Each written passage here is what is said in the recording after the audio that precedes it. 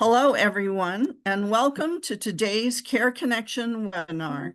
My name is Susan Shipman, she, her, and I am a social worker here at the Alzheimer's Foundation of America.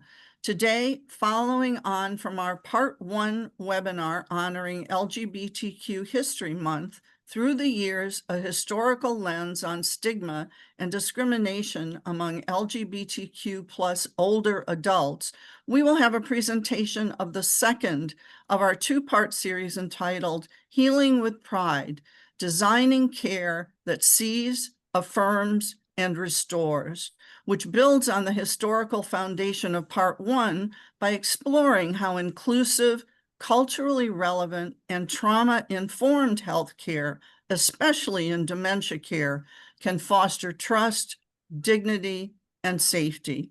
But first, before we get started, a couple of housekeeping issues. All the lines are muted, but we encourage questions.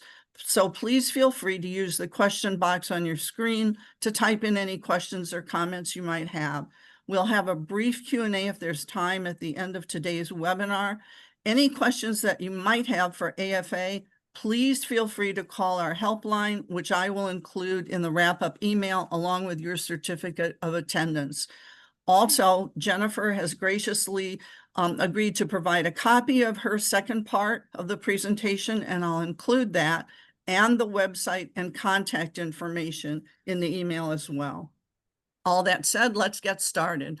Jennifer Reeder, she, her, LCSW, SIFI, is the Senior Director of Education and Social Services for the Alzheimer's Foundation of America, located in New York City. This includes overseeing AFA's national toll-free helpline staffed by licensed social workers and community class programs, all instructed by various therapists and educators.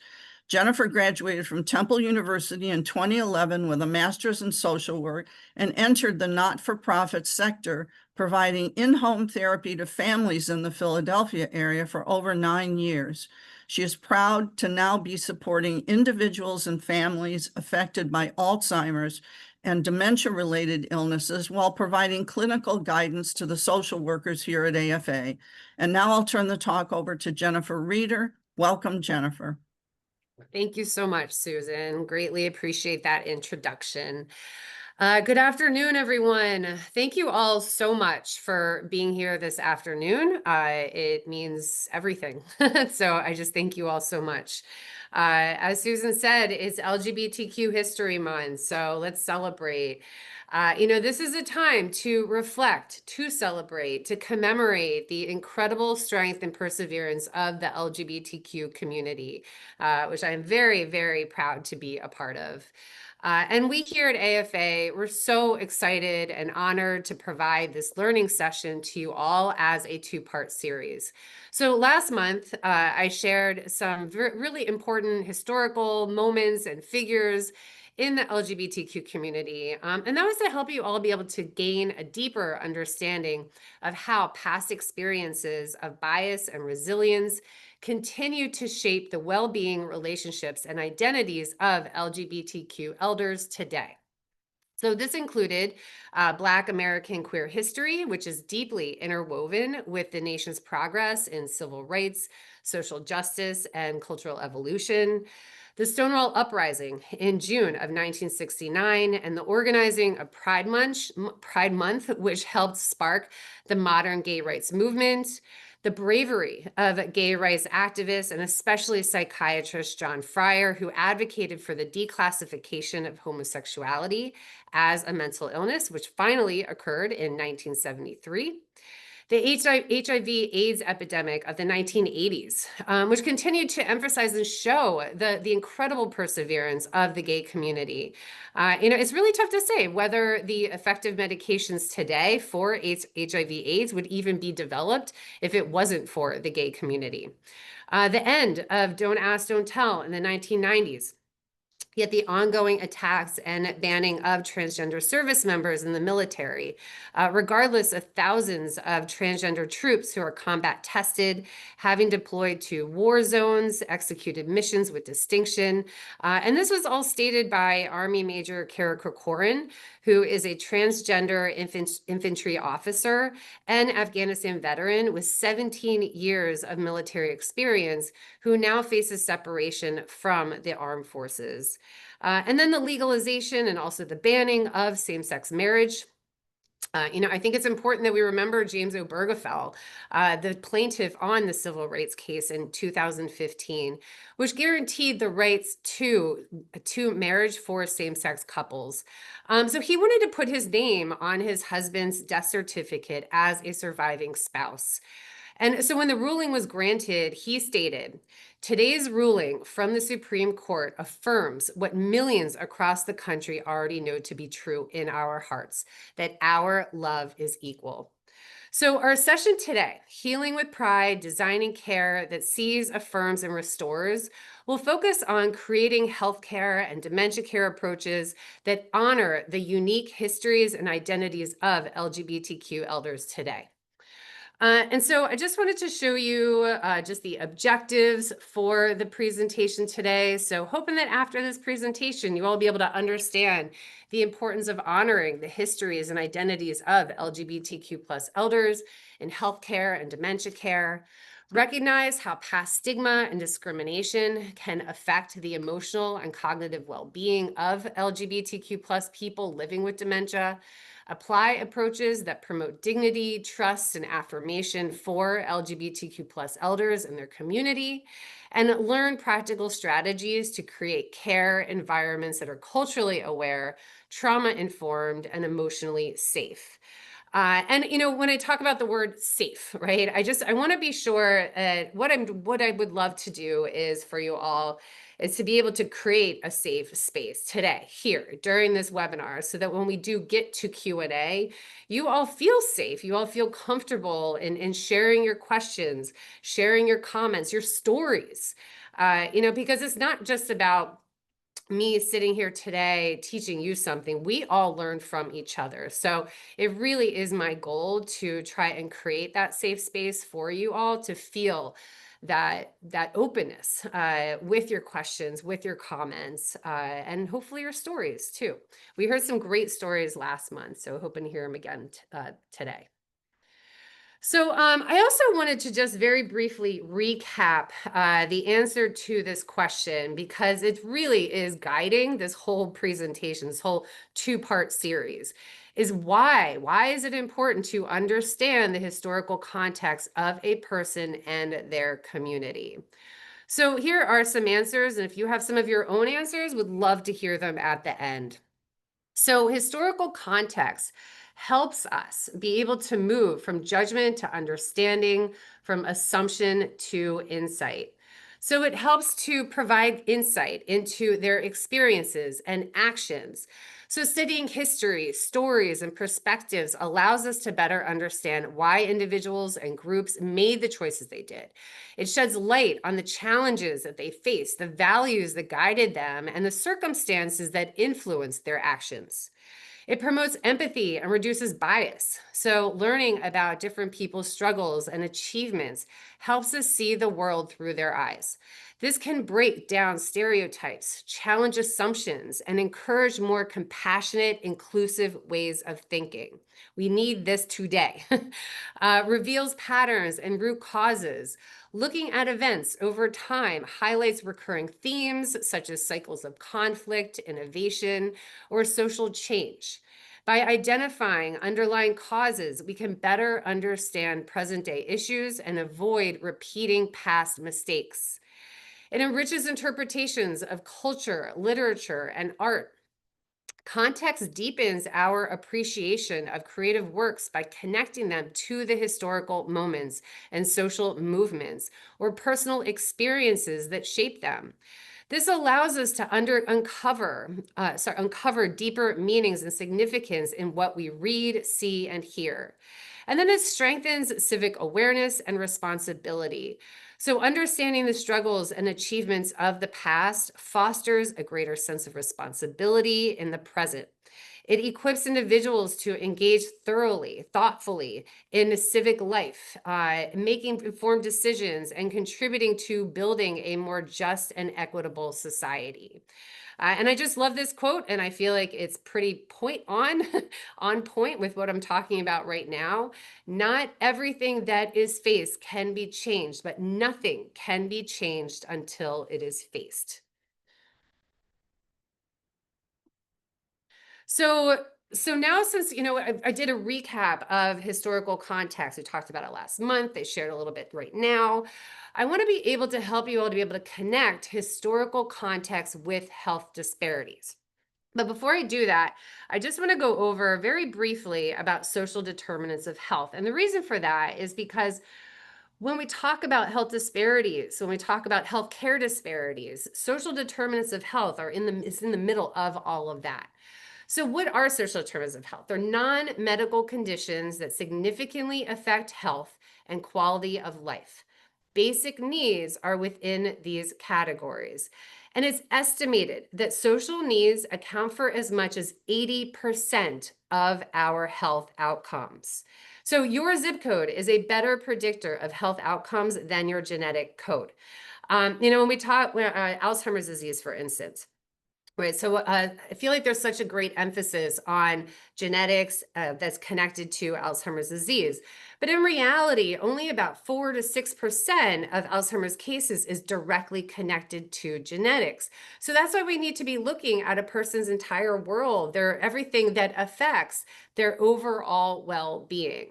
And so social determinants of health include economic stability, education access and quality, healthcare access and quality, neighborhood and built environment, social and community context. So all of this affects your outcomes, your health outcomes. And just as an example, I tend to use this because I think it's really impactful. So this is part of the state of Michigan. So Michigan, the life expectancy in Michigan is 76 years old. Now, if we look over to the right, that's Grosse Pointe. Grosse Pointe is very affluent, very wealthy neighborhood, lots of resources, lots of services. The life expectancy goes up to 82 years old. So from 76 years old for the state to 82 years old. Now, only 12 miles away, we have Dexter Linwood over to the left. Dexter Linwood, there's a lot of poverty. There's not much resources, not many services available in Dexter Linwood. The life expectancy goes all the way down to 62 years old. So we're talking about 12 miles, and there's a 20 years difference in life expectancy. So that's how much social needs affect our health outcomes. And so then when we are talking about the impact of stigma and discrimination on social determinants of health for the LGBT community, these are all the aspects that we're talking about. So health disparities, right? So this is what all of this is going to affect a person's health outcome. So health disparities, for instance, right? So we see that health disparities are prevalent among LGBTQ population, the community. Historically, LGBTQ elders have lower rates of health insurance coverage, which in of itself can delay access to healthcare and treatment. Lack of cultural competency in the healthcare system also delays getting help, treatment, medication, and even visiting the ER. If you feel like your provider doesn't see who you are, then you're less likely to trust those providers. When LGBTQ elders go to access services, their history of experienced stigmatization can affect their willingness to disclose their LGBTQ identity. 40 to 60% of LGBTQ elders in their 60s and 70s say their healthcare provider does not know their sexual orientation. So this can lead to delaying appropriate care until health deteriorates and crisis hits. So there's an organization called Justice in Aging. And they provided a report on LGBTQ older adults and long-term care facilities. And this report includes a lot of analogies, stories from the field. So I'm going to be sharing some of those with you throughout this presentation. So one gentleman stated, I went for 9 days without heart medication during a rehabilitation stay in a nursing home. For 17 days, I received another inappropriate medication. Even though I had been out for so many years, I was so dependent on the nurses that I became afraid. It took all the courage I could muster up to keep pushing the staff to solve the problem. And then for transgender people, the reality can be especially stark. Transgender people face particular barriers as they access health services and often cannot selectively hide or disclose their transgender status, especially when seeking medical care. 65% of transgender adults feel that there will be limited access to healthcare as they grow older. A 2015 survey by the National Center for Transgender Equality found that 50% experienced rejection from family members, 33% negative interactions with a medical provider during the past year, and 23% did not see a doctor when they needed medical care for fear of being mistreated, for fear of receiving poor treatment. And then looking at HIV/AIDS. So there's not enough HIV prevention programs targeting older adults in general. Many times providers do not talk with their older patients about HIV/AIDS. And there are long-term effects of drug treatment for HIV/AIDS. Increased and earlier chances of cognitive decline, chronic conditions such as kidney failure, severe depression, cancer, and osteoporosis.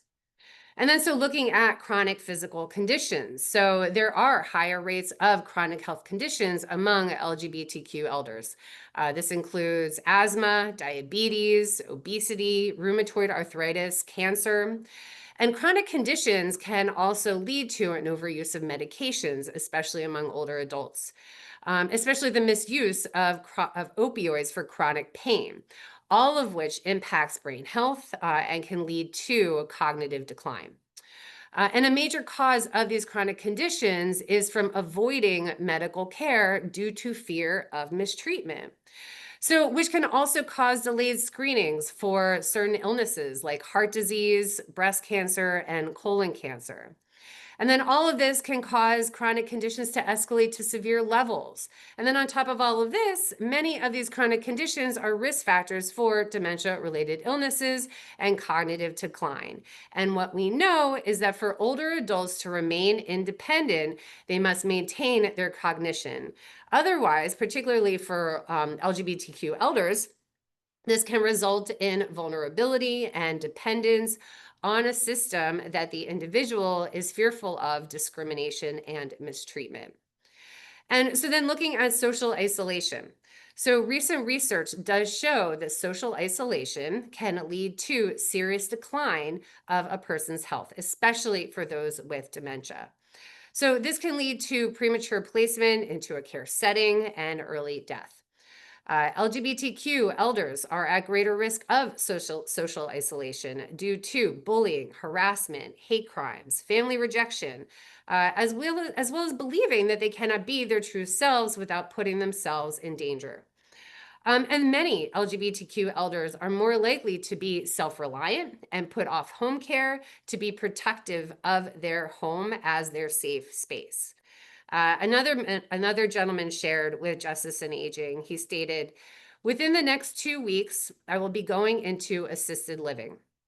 Due to my financial situation, I will have to share a room with another man. The thought of going back into a closet is making me ill. Frankly, I'm afraid of telling anyone I am gay.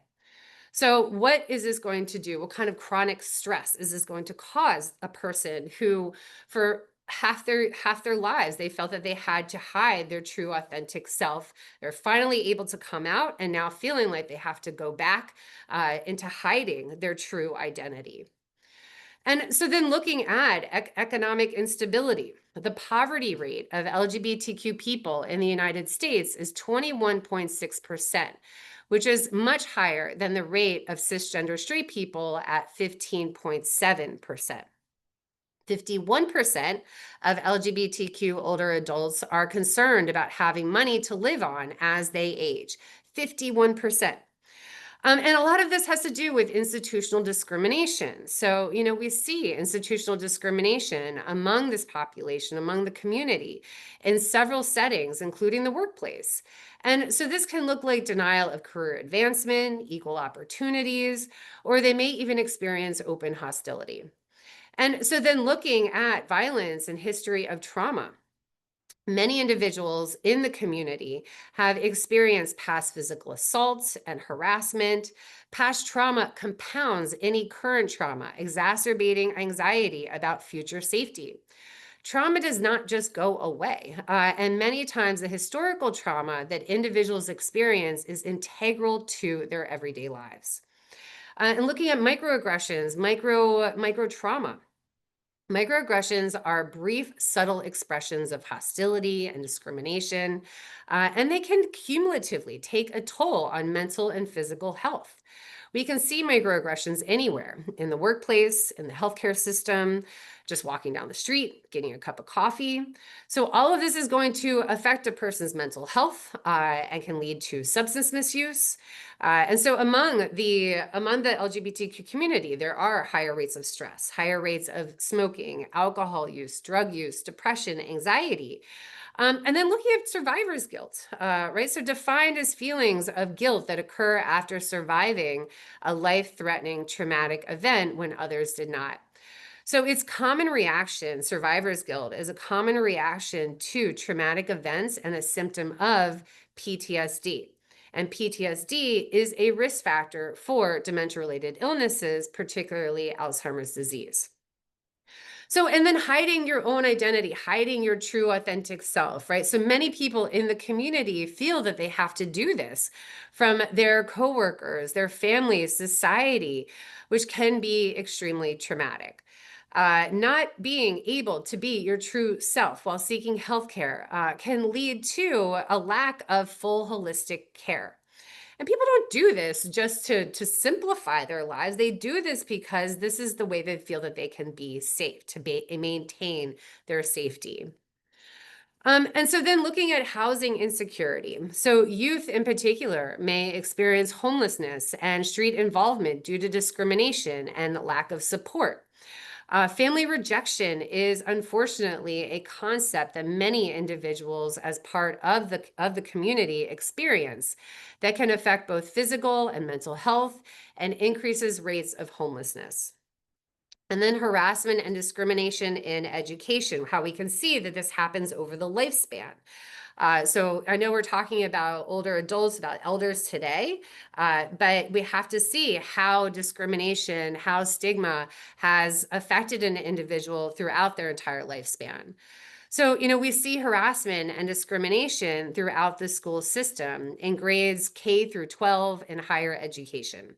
About 75% of LGBTQ students report having been harassed at school, with 35% experiencing physical assault, 12% experiencing sexual assault. And this can have an enormous impact on mental health.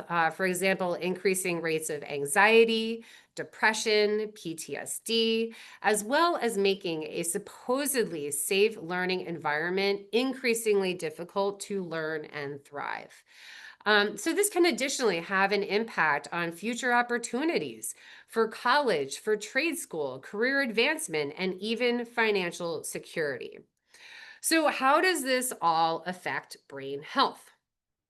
So, in a study that was conducted by the University of California in San Francisco in 2019, of 44,000 adults aged 45 and older, LGBTQ Americans were 29% more likely to report memory loss and confusion than their straight cisgender counterparts. 29%. And the study also found that 14% of participants in the community, in the LGBTQ community, reported increasing rates of cognitive decline. And then in another study, researchers found that roughly 1 in 7 LGBTQ elders reported memory loss, whereas 1 in 10 straight cisgender participants reported memory loss. There are about 350,000 LGBTQ older adults, elders in the US currently living with Alzheimer's disease or another related dementia. And this number is only projected to increase as our aging population continues to grow. So, now since I've given you some information, we're talking about statistics, we're talking about facts and figures, I want to play a video for you all because this really, I think, will help to kind of make my point when we're talking about the individual. We want to look at the individual, right? We don't want to just be talking about facts and figures and percentages. But so this video is called "Isolated and Afraid," and I just want to give kudos to Dr. Ann K. Hughes, who is an amazing, amazing individual, the director of School of Social Work at Michigan State University. She's allowed me to use these videos that she had produced along with the actors from Kickshaw Theater. So all of the videos, I'm going to be playing one for you today, but all of the videos that they have, it helps to portray the true stories of LGBTQ people in the community. So I'm going to play the video for you all.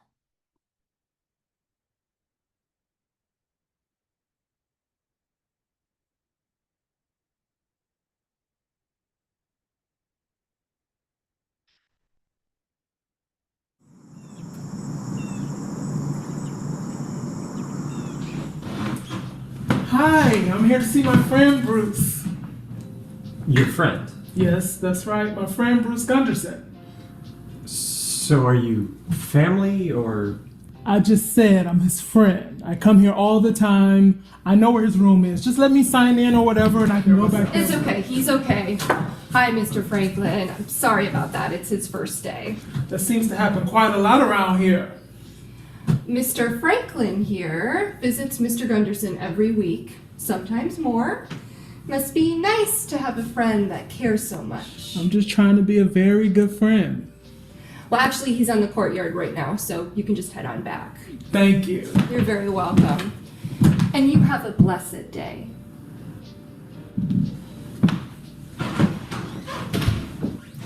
Is he?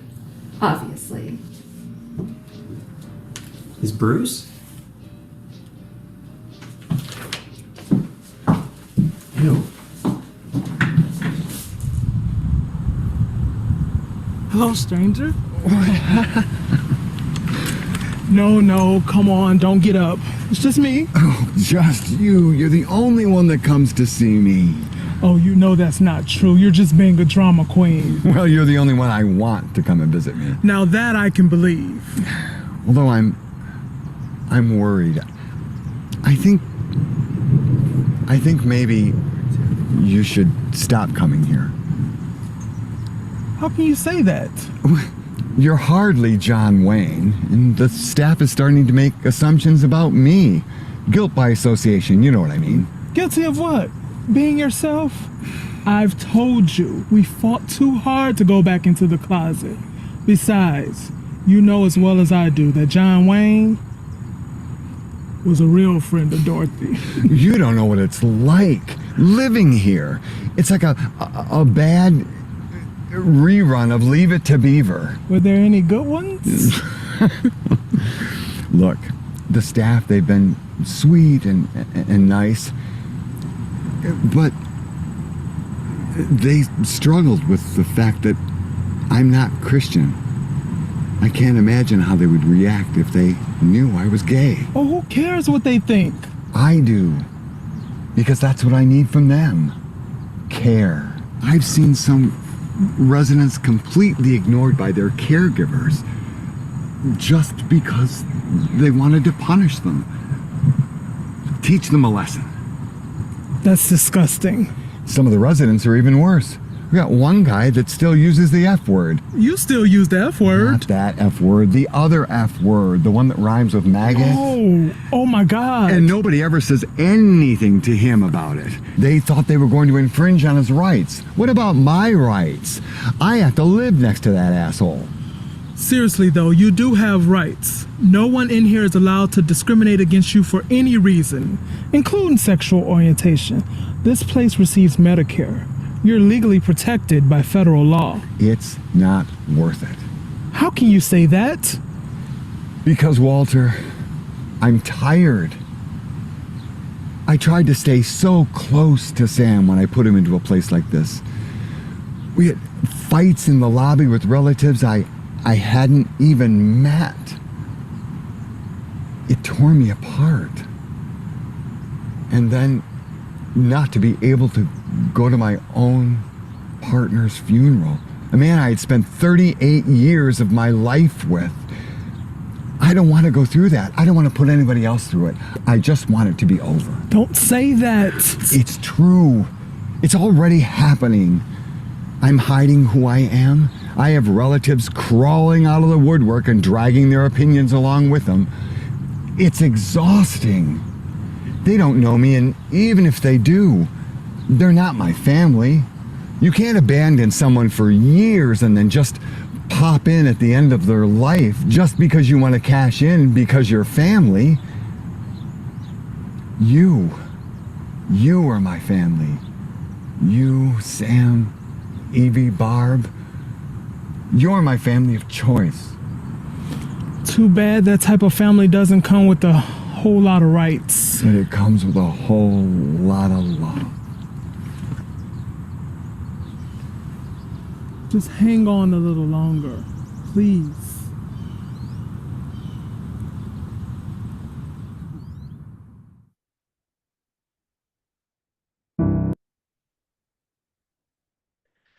Okay, so I hope that that video it helped to be able to illustrate what microaggressions look like. I mean, we saw the microaggressions straight from the beginning, from the people at the front desk.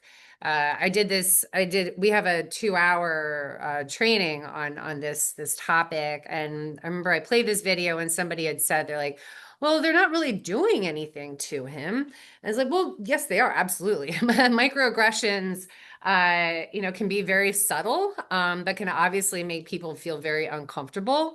And Bruce was sharing, I mean, he felt that he couldn't have his friends come to visit him solely to keep himself safe.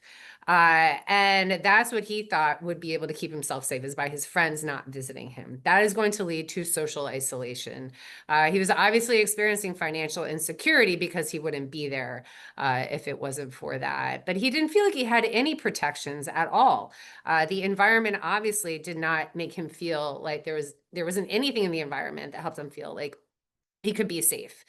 And he had already experienced stigma and discrimination with his partner towards the last days of his partner's life, which he wasn't even able to be there.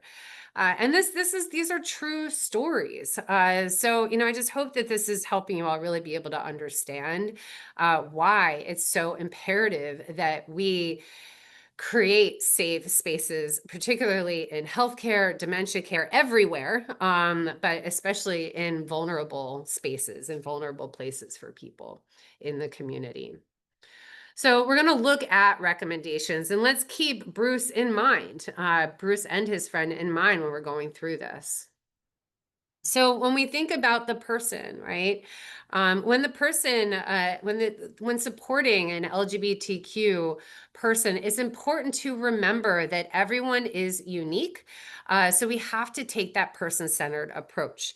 While the person's identity as LGBTQ is incredibly important because it's a part of who you are, we have to also remember that human lives cannot be explained by single categories. We're talking about intersectionality here. I talked about that last month. So we have to learn more about all of the person's identities, right? What's important to them, and also how their multiple marginalized identities are intersecting. We have to acknowledge the fact that the person has likely experienced stigma, prejudices, discrimination, and even possibly hate crimes. It's also important to be aware that the individual and their partner or their caregiver may still be experiencing discrimination, harassment in their neighborhood, their biological family, their place of residence, as well as service and medical providers. So we have to be aware of realistic reasons why the person may be resistant or fearful of healthcare, home health aides, sharing their identity due to traumatic experiences. So we have to acknowledge the fear. When supporting the person who has dementia, especially those who've experienced trauma, we want to help them feel safe, secure, because the overarching goal with dementia care is safety, is security, is comfort. And so a person's chosen family can help them feel safe, be themselves, and help their environment feel like a safe space. So it's important to know who their chosen family is if they want to share that. Who do they want to tell about their diagnosis? Who do they want involved in their care? If a person is in a relationship, we want to acknowledge the partner. We don't want to make assumptions. And we want to have a conversation about whether they feel comfortable sharing their relationship status with their providers. This is their truth to tell. And we want to respect the individual's wishes and preferences. We want to ask about their pronouns, what they want to be known by. If you don't know how to start with asking somebody about their pronouns, start with your own. My name is Jennifer. My pronouns are she, her. Would you like to share yours? And then we want to prepare for the future, right? So we want to talk with the person as early as possible about legal decisions, care, treatment, residence, where they want to live. And then also thinking about birth certificate too. Because if a person has changed their name from what's on their birth certificate, we want to ask whether they want to change that name on their birth certificate, because whatever's on your birth certificate is what's going to be on your death certificate. And then we want to identify services and resources supportive of or specific to the LGBTQ community. And just a little bit more about trauma-informed care. So trauma disproportionately affects those that are more vulnerable, and it's suggested that LGBTQ individuals experience trauma at much higher rates than the general population. So most common types of trauma include hate violence and sexual assault crimes. And then there's also historical trauma too, which relates to massive group trauma that an individual is exposed to over the lifespan across generations. So an example would be like the Orlando Pulse nightclub, the murder of Matthew Shepard, the assassination of Harvey Milk, and so many other people. So many other traumatic experiences and events.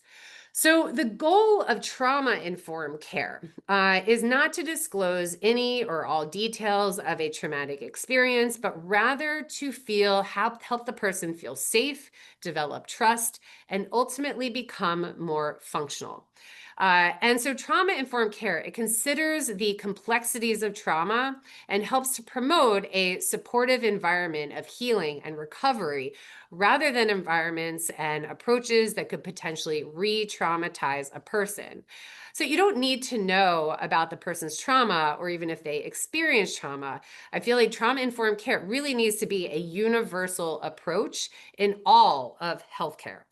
But especially I feel with dementia care, and the reason why I say that is because if an individual has experienced trauma in their lives, after you've experienced that trauma, you're usually able to develop coping mechanisms, coping skills, whether healthy or unhealthy, and then also maybe be able to go to therapy and learn more productive coping skills. But you're also maybe able to like suppress memories when needed at different times. But if a person has Alzheimer's disease, the ability to do all of that starts to deteriorate, right? Your coping mechanisms, your coping abilities start to deteriorate along with the brain. So people can start to have a reemergence of traumatic memories. So if we see that an individual all of a sudden seems agitated or maybe showing aggression, it's possible that they are experiencing a traumatic memory.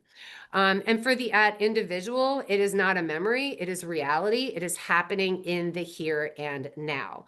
So something that I really do appreciate about trauma-informed care is it helps to reframe these challenging behaviors as coping strategies designed to help the person survive. What we may see as agitation and aggression is the person in fight, flight, or freeze mode because they believe that the trauma is happening in the here and now. So that's why trauma-informed care is so imperative, so important to use in healthcare and dementia care.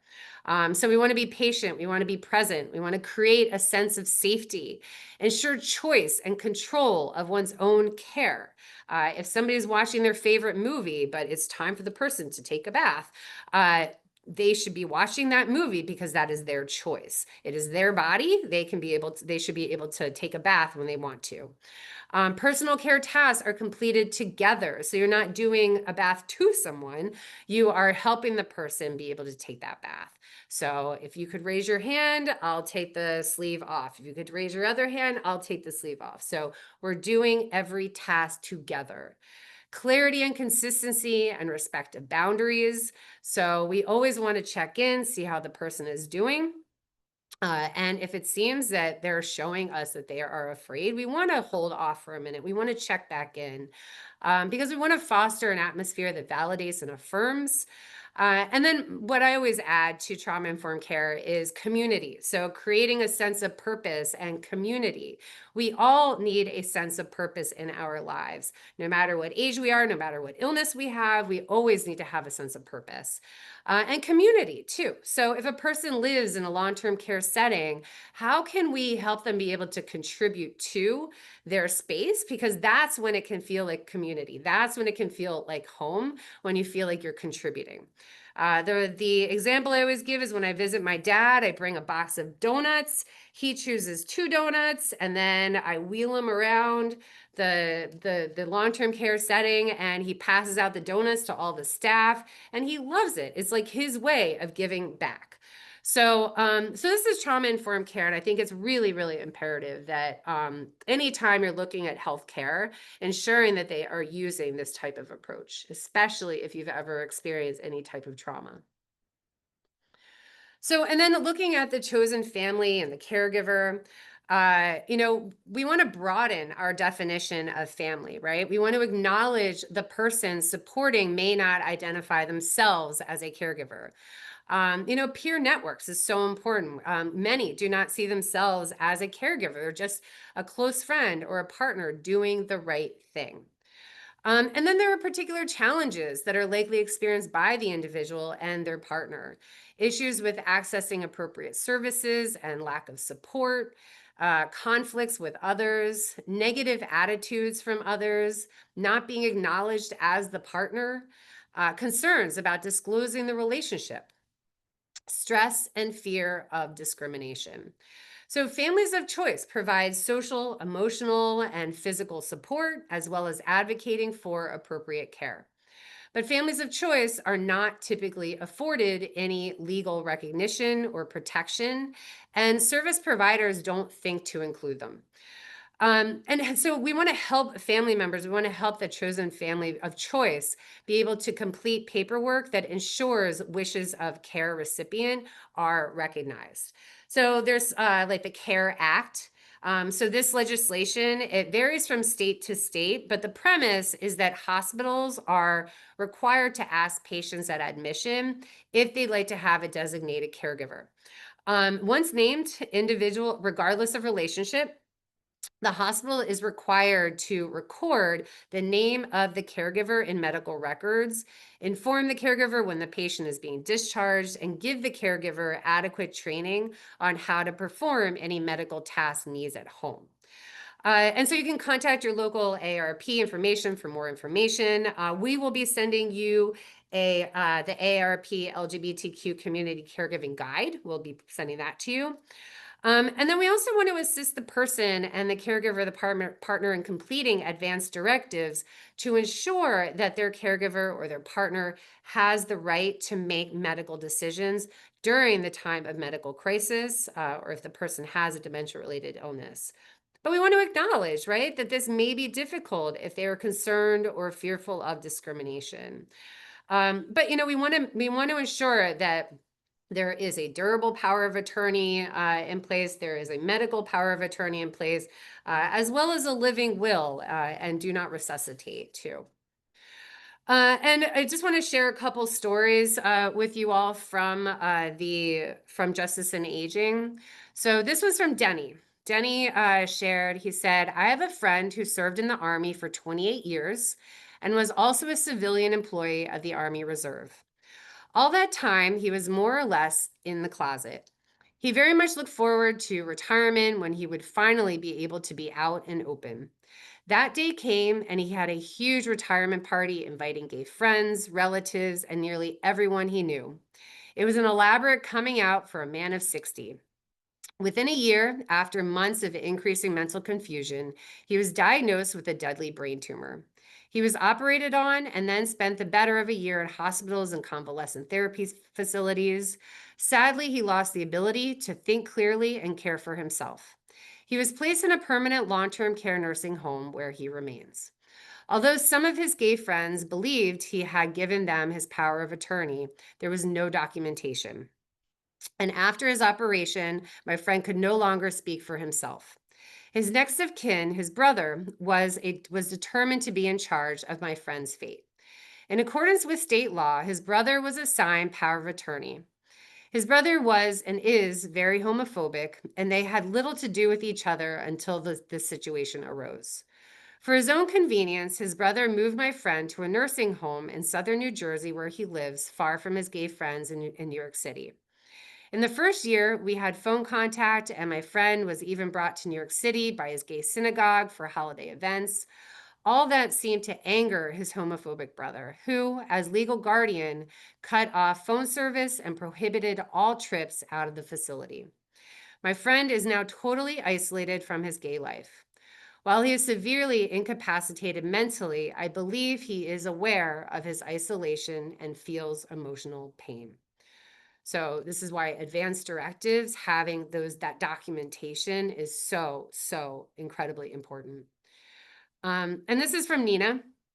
So Nina stated, 2 friends of mine, Vera and Zeta, had been together for 58 years. When Vera's Alzheimer's became too much, Zeta moved her to an assisted living facility. Zeta could barely trust family or neighbors with the truth, let alone strangers, so she and Vera became sisters. Much later, after Vera's death, Zeta needed to move into an assisted living facility herself. She had many, many photos of the love of her life, but dared not display them in her new home. The other residents would talk about husbands, children, grandchildren, but she felt too vulnerable to tell the truth. Zeta was in hiding and terribly isolated. So this is why we really need to be looking at the environment, right? We need to be ensuring that we are creating a welcoming and supportive environment. And so these are ways that we can do that. We can promote improved care by state and local communities, passing health or aging service regulations, identifying LGBTQ elders as vulnerable aging population, and mandate cultural competency trainings and programs. Nursing homes and assisted living facilities operators can raise staff awareness and conduct self-assessments of their facilities' culture and quality of care. I think ombudsman programs can be really, really useful in this way. It's really important for organizations to list your practice in the LGBTQ plus healthcare directory and the healthcare equity index as well. Participating in referral programs, getting involved with organizations that can provide advice on making your practice LGBTQ friendly. AFA, we have our platinum credential with SAGE. So SAGE is what I think the oldest organization that advocates for LGBTQ elders. And they have a training program for organizations where basically, it's up to the organization, but we got the platinum level because everybody here took the training. That it can be really, really useful. And then you can show the community, we care this much that we are continuing to learn and educate ourselves about how to best support you. And then we want to educate staff to be comfortable in discussing sexual orientation, gender orientation, and sexual practices. And then in the office and care settings, right? Thinking about Bruce, thinking about Zeta and Vera. We want to display magazines, brochures, educational materials about LGBTQ health concerns. We want to post non-discrimination statements in visible areas. We want to display LGBTQ symbols and posters of ethnically and racially diverse transgender and same-sex couples. We want to include the term partner in addition to spouse on intake forms and include transgender as an option. And that's what SAGE is really great about with the training that you go through, is that you can utilize their guidance on human resources documentation and like what can change on those. And then we want to support observance of LGBTQ Remembrance Days. But we also, everybody wants to do something during Pride Month, but there are 11 other months in the year. So, I highly recommend that regardless of it not being June, you can still do something to show support and show that you are welcoming of the LGBTQ community. So I'm just going to play this last video and then I will open it up to any questions or comments.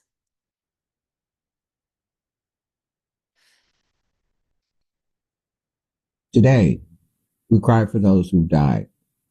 We weep for those murdered. And then we fight. For too long, we've hidden to forget the slings and arrows of outrageous fortune thrown at us. No more. Neither do we hide under a rock nor in a closet, obscuring our true selves. No longer do we allow others to define us. We define ourselves. We stand tall in our beingness. We refuse to be invisible. Yes, the shadows darken as forces rise to defeat us. However, we're the light. We're not violent people until violence comes to us. We defend ourselves. As blazing beacons of light, we shine through the darkness. We shine. Yes, life will get harder during this time of darkness, and yet we will survive, thrive, and live. We're here for our younger brothers and sisters. We will not permit our elimination. Some of us may perish in this fight, but it is a battle worth fighting.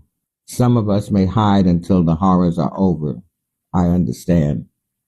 There are times to step back, though I don't think now is that time. I understand doing so. If horrors come, we will create places of safety. We create our own underground railroad. Eventually, we will defeat the dragon at our door. As the Bible says, everything must change. Nothing lasts forever, neither good nor bad. However, we will survive and grow. Each one of you is one of many faces and bodies determined to live your life. We know our lives are sacred. Attacks will bombard us like a tsunami, and yet we'll ride these waves of hatred into peace and love. We will assuage our pain with friends and community. Today begins our fight to exist, and we do. We are challenged and rise to accept it. We will use our united anger to fight, and we will win. Just by not giving up, we have won. Oh, I absolutely love that poem. So I just want you all to know, if anybody is on Long Island, we have the 2-hour version of this course, this presentation that also offers continuing education credits. We will send out this flyer to everyone. And these are some LGBTQ resources. It will also be sending you the SAGE Caregiver Guide. It will also be sending out the AARP LGBTQ Community Caregiver Guide. And then I'm also going to send you the Justice and Aging so you can read more of the stories that were shared. Okay, so gonna open it up to see if anybody has any questions or comments. Thank you very much, Jennifer. I'm sure we have some questions, and I just want to remind everyone, in case some of you had to sign on late, we will be sending out a copy of Jennifer's slides, and we will be sending out a link to the recording along with the resources so that you can review the presentation again if you would like to. Yeah. We have a question, if you would care to address it, on the current political environment surrounding the LGBTQ plus community and elements of hostility, and any advice on how to manage and deal with that. Well, I think the best thing we can do is reach out to our Congress people and share what it is we want to see change. That they need to hear our voice. They have to hear our voice, and that's the best thing that you can do. Sage also, and I'm trying to remember what the acronym, what it stands for. I can't remember at this moment. Maybe Susan can look it up real quick. But so Sage does have. It's great. Like, you can put in your zip code, and it gives the contact information of your Congress person as well. Yeah, so you can reach out to them. So I would say absolutely reach out to your Congress people, and just check in with older adults in general, but especially LGBTQ elders. Check in, see how they're doing. Because yes, this is really scary stuff that's happening. People's lives are at risk. Their health is at risk. So we do want to make sure that people know that we are here as a support. And the next question I ask, which I pose to most all of our presenters, is many of our audience and the people for whom they care do not live in large cities. And the access to the kind of care that we're referencing, where they're more educated, more understanding, is sometimes limited to big cities. Do you feel that telehealth visits, virtual visits, can be effective for the LGBTQ plus older adult community at this time? Yeah, absolutely. And there's another resource that we can send to you all. It's actually it's a resource list of all therapists that specifically support people in the LGBTQ community. It's an excellent resource that somebody had provided to me when I did this as a workshop in June. So yeah, absolutely. Okay, wonderful. I'm just looking at some of the other ones here. Oh, fine. Okay. Yeah, so are there specific resources for trauma-informed care? Yeah, absolutely. And there's also the Jewish Federation. They have a really great training I believe it's to be able to teach clinicians how to provide trauma-informed care. Now, we do also have our own course about trauma-informed care. It's not to provide a certification, like a credential, but it's more of a training to learn about trauma-informed care. And we do go through a lot of case vignettes as well. So we do have that course that we will be providing soon. Thank you. Debbie put the answer in. It's SAGE stands for Services and Advocacy for Gay, Lesbian, Bisexual, and Transgender Elders. Yeah. And I see, Emily, what are some good phrases that are good to share with gay patients and caregivers to combat microaggression? So you mean as into how they could respond to that? I mean, I think I feel like it's more about educating the people that are doing the microaggressions than putting the responsibility on the individuals to on how to respond, because that's where the issue lies. Are people believing that that even though they're not outwardly being aggressive, that everything is fine. Absolutely not.